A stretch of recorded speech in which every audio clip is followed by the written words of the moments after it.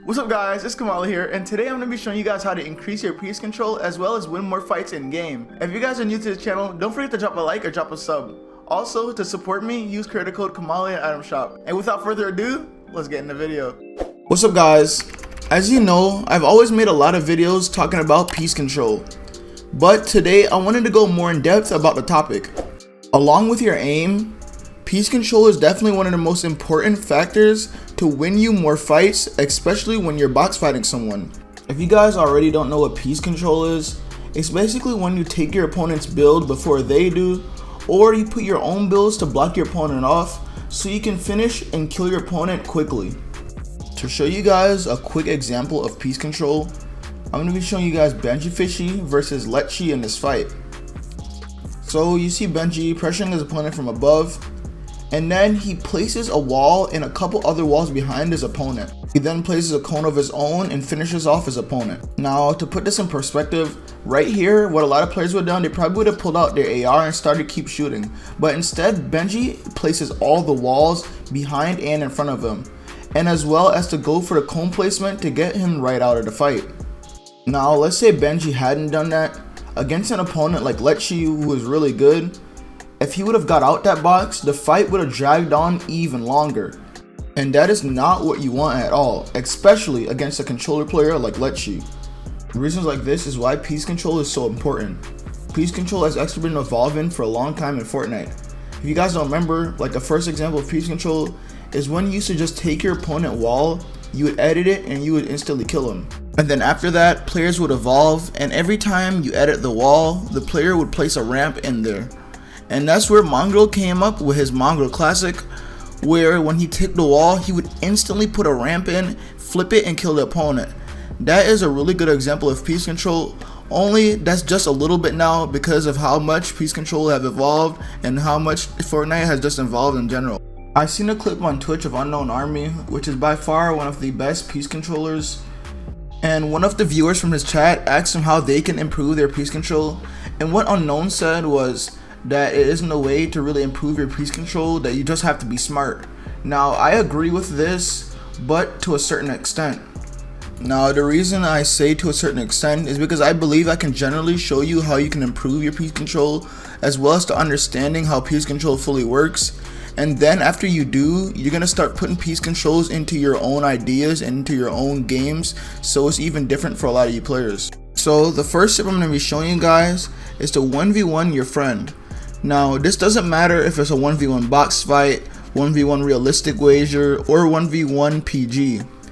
The whole purpose of this is because you're only going to be practicing where you're placing your builds. So the whole purpose of this, instead of you going for shots on your opponent and then letting them get away every time, what you want to do is firstly focus on trying to get your opponent in a box.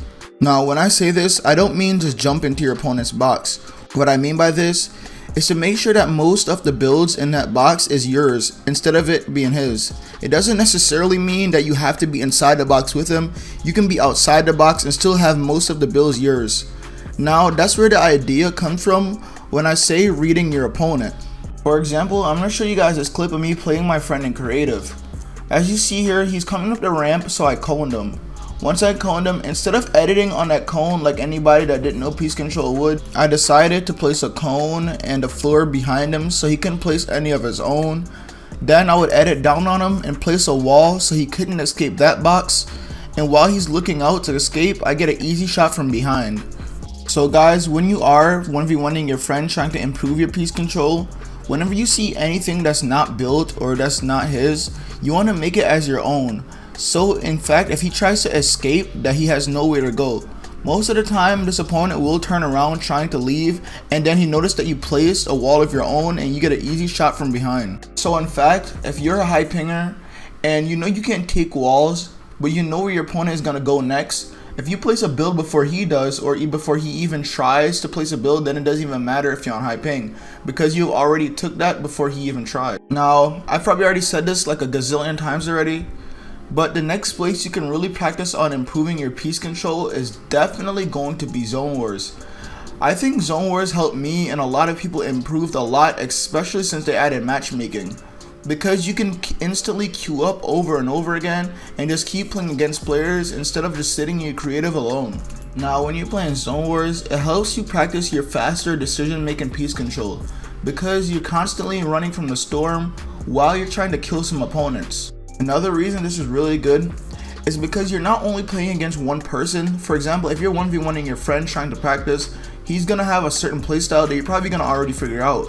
If you're playing a whole bunch of random people, everything is gonna be different, so you have different ideas on what to do to make your piece control even better. Now, I'm not saying at all that every time you play Zone Wars you need to be a W key maniac, but W keying people really will help you increase your piece control. But please don't be one of those people that just sit there in the back of the storm the whole entire game. That's just annoying. A lot of times in Zone Wars, when you're healing or you're going to zone, you will always see someone running on the side of you. What you need to do is try to get that opponent in a box to where you can stop him from running, you can edit on him and kill him. And now lastly, the best way to practice it is to obviously do it in game. If you guys don't play competitive Fortnite or whatever, it doesn't even matter. If you see an open cash cup, you have nothing else to do, just jump in a cash cup and W key everybody, especially if you don't care. Simply because you're gonna be in so many different situations that you'll definitely start improving on what you do. The more you play, the more you notice what opponent is gonna do next. And that's why Unknown said for you to be good at piece control, you just need to be smart. But as you can tell, I don't have a PhD and I understand piece control pretty well. So basically all you have to do is have a lot of experience with fighting people and you're going to understand what to do next when it comes to placing your builds. So all in all guys, when you're 1v1ing your friend, make sure you place builds from stopping him from going into the other direction. Whenever you're playing Zone Wars, make sure you're stopping them from making another move.